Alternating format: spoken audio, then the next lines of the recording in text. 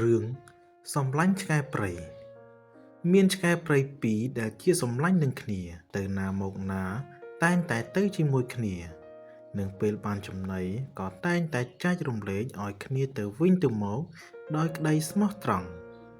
ថ្ងៃមួយឆ្កែព្រៃទាំងពីរបាននាំគ្នាគិតថាយើងទាំងពីរនាក់បើរស់នៅទីនេះទៀតក៏ឃើញថាគ្មានអ្វីប្រសើរឡើងឡើយម្យ៉ាងសពថ្ងៃនេះការស្វែងរកអាហារក៏ពិបាកហើយចំណីរបស់យើងក៏ចេះតែខ្សត់ទៅដែរបើដូច្នេះយើងគួរនាំគ្នាដើរទៅស្វែងរកលាភនៅទីដទៃលោមើលក្រែងនឹងមានសំណាងជាងសពថ្ងៃនេះគិតហើយឆ្កែព្រៃទាំងពីរបាននាំគ្នាចេញដំណើរចាកចេញពីទីឋានចាស់ដើម្បីស្វែងរកលាភនៅទីផ្សេងលុះដល់ទីឋានមួយជាទីប្រជុំនៃសត្វគ្រប់ប្រភេទឆ្កែព្រៃទាំងពីរក៏ចូលទៅស្នាក់អាស្រ័យជាមួយនឹងពពួកសត្វទាំងនោះឆ្កែព្រៃទាំងពីរបានរៀបរឹកសម្រួមកាយនិងចេះយកចិត្តយកថ្លើមរស់រាយរាក់ទាក់ព្រមទាំងហ៊ានស៊ូនឹងការនឿយហត់ដើម្បីយកចិត្តទុកដាក់ជាមួយនឹងពពួកសត្វដទៃដែលពេលខ្លះហ៊ានលះបង់ចំណីអាហារដែលខ្លួនរកបានមកទៅចែករំលែកបើទោះជាខ្លួនត្រូវខ្វះខាតក៏ដោយទាំងនោះក៏ដើម្បីជាការទាក់ទាញទឹកចិត្តពីពពួកសត្វឯទៀតដែលមើលទៅគួរជាទីទុកចិត្តនិងគួរជាទីស្រឡាញ់សម្រាប់សត្វដទៃថ្ងៃមួយសត្វទាំងអស់បានប្រជុំគ្នាដើម្បីជ្រើសរើសរកអ្នកដឹកនាំក្រុមសត្វទាំងអស់ដើម្បីឲ្យមានជាទីអាងនិងមានមេកាយជួយដោះស្រាយពេលមានបញ្ហាតូចធំអ្វីកើតឡើងពពួកសត្វទាំងអស់ក៏បានសម្លឹងមើលឃើញពីភាពរហ័សរហួននិងការដែលចេះយកចិត្តទុកដាក់មកលើសត្វទាំងអស់របស់ឆ្កែព្រៃទាំងពីរក៏បានផ្ដល់សេចក្តីទុកចិត្តនិងលើកឲ្យឆ្កែព្រៃទាំងពីរជាអ្នកដឹកនាំប៉ុន្តែក៏មានមតិផ្ទុយគ្នាខ្លះព្រោះថាអ្នកដែលធ្លាប់ទទួលផលពីឆ្កែទី1ក៏ចង់ឲ្យឆ្កែនោះបានជាធំរីឯអ្នកដែលធ្លាប់ទទួលផលពីឆ្កែទី2ក៏ចង់ឲ្យឆ្កែនោះបានជាធំតែទីបំផុតសត្វទាំងអស់បានមូលមតិគ្នាថាឲ្យឆ្កែព្រៃទី1ជាអ្នកធំជាងគេនិងឆ្កែព្រៃទី2ជាអ្នកធំបន្ទាប់ឆ្កែព្រៃទាំងពីរក៏ចេះតែនាំគ្នារស់នៅជាមួយគ្នាដើម្បីប្រយោជន៍ផ្ទាល់ខ្លួនផងនិងប្រយោជន៍រួមផងប៉ុន្តែឆ្កែព្រៃទី1ចេះតែគិតថាមុននឹងអញបានជាធំជាងសម្លាញ់របស់អញនេះក៏មានមតិខ្លះចង់ឲ្យសម្លាញ់របស់អញបានជាធំលើសអញដែរបើដូច្នេះអញមិនអាចប្រហែសបានឡើយតែត្រូវធ្វើយ៉ាងណាដើម្បីឲ្យពពួកសត្វទាំងអស់មានការជឿជាក់មកលើអញកាន់តែខ្លាំងទៅបានរីឯឆ្កែព្រៃទី2វិញក៏បានគិតដែរថាអញក៏មានចំណែកខិតខំដើម្បីជាប្រយោជន៍រួមដែរតែភាពជាធំបែរជាមិនបានមកលើអញទៅវិញបើដូច្នេះអញត្រូវតែធ្វើយ៉ាងណាដើម្បីទាក់ទាញឲ្យបាននៅសន្តានចិត្តរបស់ពពួកសត្វទាំងអស់ទើបអញមានឱកាសជាអ្នកធំវិញកាលពីនៅក្រខ្សត់គឺឆ្កែព្រៃទាំងពីរចេះស្រឡាញ់គ្នាបានអ្វីក៏ចេះចែករំលែកឲ្យគ្នាទៅវិញទៅមកដែរតែលុះពេលមានលៀបយសក៏ចាប់ផ្ដើមមានគំនិតផ្សេងដោយសារតែលៀបយសសរសើរសុកបាំងគំនិតឆ្កែព្រៃទាំងពីរម្ល៉េះហើយធ្វើឲ្យឆ្កែព្រៃទាំងពីរចាប់ផ្ដើមប្រើល្បិចយកប្រៀបតែរៀងខ្លួនខាងក្រៅគឺឆ្កែព្រៃទាំងពីរហាក់គ្មានអ្វីកើតឡើងទាំងអស់តែក្នុងចិត្តវិញគឺខំស្វែងរកកលល្បិចដើម្បីយកតែឈ្នះដូចគ្នាឆ្កែព្រៃទី1បានខំស្វែងរកការគាំទ្រដោយប្រើវត្ថុនិងរបស់ផ្សេងដើម្បីជាការអូសទាញទឹកចិត្តពពួកសត្វមួយក្រុមផ្សេងទៀតរីឯឆ្កែព្រៃទី2ក៏បានធ្វើដូចគ្នាដែរថ្ងៃមួយឆ្កែទី2បានទៅបំបោអ្នកដែលពេញចិត្តខ្លួនឲ្យមកតវ៉ាព្រមទាំងនិយាយលើកទោសកំហុសឆ្កែព្រៃទី1រីឯឆ្កែព្រៃទី1ក៏ធ្វើដូចគ្នាដែរទាំងពីរក្រុមក៏បានប្រកាន់យកគំនិតខ្លួនថាត្រូវតែរៀងខ្លួនការនេះក៏បានធ្វើឲ្យបែកជាបកពួកបែកបាក់សាមគ្គីគ្នាមើលមុខគ្នាលែងត្រង់ម្ខាងមានបញ្ហាម្ខាងទៀតទះដៃសើចចំអកពេលជ្រាយឲ្យគ្នាទៅវិញទៅមកឆ្កែព្រៃទាំងពីរចាប់ផ្ដើមទុកគ្នាជាសត្រូវពេញមុខដោយលែងនឹកឃើញពីគ្រាកំសត់អត់ឃ្លាននិងធ្លាប់ជាមិត្តសម្លាញ់នឹងគ្នាអស់រលីងដោយសារតែលៀបសការៈមកបាំងគំនិតរបស់ឆ្កែព្រៃទាំងពីរឆ្កែព្រៃទាំងពីរតែងតែធ្វើល្អនៅទីភ្លឺប៉ុន្តែក៏តែងតែលោភលួចធ្វើអាក្រក់ ចំពោះពពួកសត្វទាំងអស់នៅពីខាងក្រោយខ្នងព្រោះថាឆ្កែព្រៃវាស៊ីសាច់ជាអាហារពីមួយថ្ងៃទៅមួយថ្ងៃឆ្កែព្រៃកាន់តែប្រឈមមុខដាក់គ្នាខ្លាំងឡើងហើយក៏តែងរកវិធីយកឈ្នះរៀងខ្លួនថ្ងៃមួយឆ្កែព្រៃទី2បានទៅខ្សឹបខ្សៀវជាមួយមេមិនឲ្យចូលទៅនៅក្បែរនឹងឆ្កែព្រៃទី1ដោយរៀបផែនការថាពេលដែលឆ្កែព្រៃទី1ដេកភ្លេចខ្លួនមេមិនក៏ចូលទៅក្បែរហើយក៏ចាប់ផ្ដើមស្រែកឆោឡឡើងថាឆ្កែព្រៃទី1មានបំណងចាប់មេមិនជាអាហារពេលនោះក៏ផ្អើលឈូឆរឡើងអ្នកខ្លះក៏ជឿអ្នកខ្លះក៏មិនជឿសត្វទាំងពីរក្រុមក៏ចុតប្រកាន់គ្នាទៅវិញទៅមក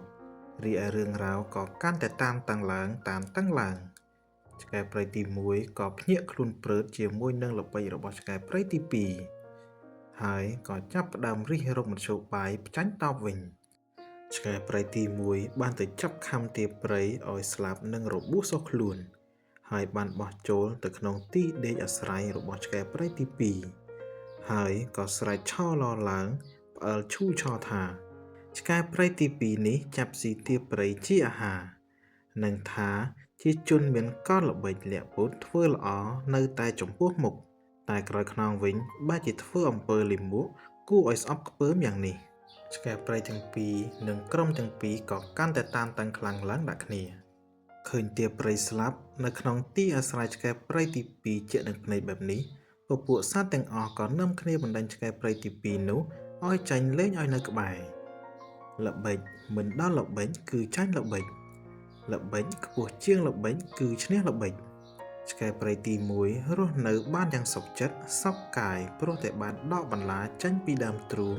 គឺអាចកម្ចាត់ឆ្កែព្រៃទី2បានសម្រេចការរស់នៅរបស់ពពួកសត្វទាំងអស់ក៏មានភាពស្ងប់ស្ងាត់ជាធម្មតាស្រាប់តែមួយរយៈក្រោយមកក៏ចេះតែបាត់សមាជិកខ្លួនដោយមិនដឹងថាមានហេតុផលអ្វីឡើយបើទោះជាសត្វទាំងអស់ខំស៊ើបអង្កេតនិងប្រាប់ទៅឆ្កែព្រៃទី1នោះឲ្យជួយរកការពិតក៏នៅតែរកហេតុផលមិនឃើញសោះក្រុមសត្វទាំងអស់ដែលមានមិនទឹកមិនព្រៃទាព្រៃប្រវឹកប្រវែកស្កាកំប្រុកកន្ធឹកកុកក្រសាបាននាំគ្នាទៅពឹងឲ្យសុភាទន្សាយជួយរកហេតុផលឲ្យឃើញ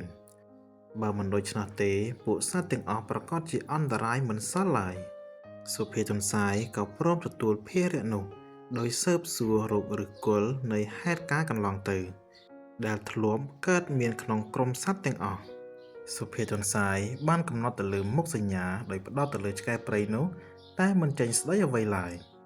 សុភាទន្សាយបានរៀបចំផែនការមិនឲ្យពពួកសត្វទាំងអស់ដឹងទូទៅនោះទេតែបានប្រជុំប្រាប់មេរបស់ក្រុមសត្វនីមួយដោយទន្សាយបានបញ្ជាឲ្យទាព្រៃដេកនៅនឹងទីវាលនៅលើដី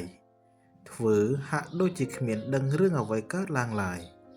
ហើយបើទោះជាមានរឿងអ្វីកើតឡើងក៏ងាយនឹងគេចខ្លួនពីគ្រោះថ្នាក់នោះដែរព្រោះថាជាអ្នកចេះហោះហើរស្រាប់រីឯពួកសត្វខ្លះចាំឃ្លាំមើលពីលើឯខ្លះទៀតឃ្លាំចាំមើលពីខាងក្រោមគ្រប់សកម្មភាពទាំងអស់នៅក្នុងរាត្រីដ៏សែនត្រជាក់និងស្ងាត់ជ្រងំក្រោមពន្លឺនៃព្រះច័ន្ទចែងចាំងមកលើភពផែនដីជួនច្បាស់ជួនមិនច្បាស់ដោយសារតែព្រះច័ន្ទប៉ះនឹងដុំពពកដែលមើលទៅហាក់ដូចជាសត្វទាំងអស់កំពុងលង់លក់ក្នុងដំណេកដ៏ស្កប់ស្កល់ហើយមើលទៅប៉ុន្តែវាមិនដូច្នោះនោះទេគឺសភាពស្ងប់ស្ងាត់មែនតែភ្នែករបស់សត្វទាំងអស់កំពុងតែសម្លឹងទៅទីដៅដោយមិនហ៊ានព្រិចភ្នែកឡើយកំពុងតែសម្លឹងរំបីមើលស្រាប់តែលេចចេញជាស្រមោលស្ទង់ពីក្នុងព្រៃសម្ដៅទីដែលទាព្រៃកំពុងដេកនោះហើយអារម្មណ៍របស់អ្វីដែលបង្ហាញខ្លួនជាស្រមោលស្ទង់នោះគិតថាពេលនេះជាលៀបធំដល់ហើយតាអញទ្រាំខានបានឆ្ងាញ់មិត្តយូរហើយពេលនេះត្រូវតែជប់លាងក្រពះឲ្យឆ្អែតនិងឲ្យឆ្ងាញ់មិត្តម្ដងហើយរីឯសត្វទាំងអស់ក៏បានប្រុងប្រៀបកាយព្រោះច្បាស់ណាស់ថានឹងមានហេតុការណ៍កើតឡើងនៅពេលបន្តិចទៀតនេះអ្វីដែលជាស្រមោលនោះបានត្រៀមប្រហារមកលើពួកទាព្រៃហើយពួកទាព្រៃក៏ត្រៀមខ្លួនហើរកិច្ចពីការចាប់ប្រហាររាអ្នកទៀតដែលកំពុងតែឃ្លាំមើលនោះក៏ត្រៀមស្រែកសម្រែកឲ្យកង់រំពងឡើងកំពុងតែគិត កំពុងតែត្រៀមក៏ស្រាប់តែអ្វីដែលជាស្រមោលស្ទង់នោះហក់មកសង្គ្រោះពួកទាព្រៃតែទាព្រៃក៏កិច្ចខ្លួនហើរឡើងទៅលើផុតទាំងអស់គ្នាក៏ស្រែកកងរំពងឡើងហើយក៏បានឃើញយ៉ាងច្បាស់ថាស្រមោលខ្មៅនោះគឺជាឆ្កែព្រៃទី1ដែលពពួកសត្វទាំងអស់មានទំនុកចិត្តនោះឯងកាលបើបានតាមទាន់នឹងឃើញច្បាស់ហើយឆ្កែព្រៃក៏រត់គេចចេញពីទីនោះយកតែប្រះអាយុដើម្បីរំដោះខ្លួនឲ្យផុតពីគ្រោះថ្នាក់នោះមួយគ្រាសិនពពួកសត្វទាំងអស់ក៏បានភ្លឺភ្នែកនិងដឹងអំពីពុតត្បុតយ៉ាងច្បាស់របស់ឆ្កែព្រៃតែវិតានឹងខ្សែអស់ជីវិតទាំងអស់គ្នាគុំតែបានសុភាទន្សាយមកជួយទាន់ពេលវេលាសុភាទន្សាយបានឲ្យដំបូន្មានដល់ពពួកសត្វទាំងអស់ថាអ្នកទាំងឡាយត្រូវដឹងឲ្យច្បាស់ថាគ្មាននរណាយល់អំពីយើងជាងយើងដឹងអំពីយើងនោះទេល្បិចទល់ល្បិចគឺស្មើនឹងល្បិចល្បិចខ្ពស់ជាងល្បិចគឺឈ្នះល្បិចល្បិចមិនដល់ល្បិចគឺចាញ់ល្បិចប្រើល្បិចយកឈ្នះល្បិចអាក្រក់គឺរស់សុខសាន្តប្រើល្បិចដើម្បីផ្ចាញ់សេចក្តីល្អគឺនាំទុកដល់ខ្លួនល្បិចទុច្ចរិតតែងតែជាអ្នកចាប់ផ្ដើមមុន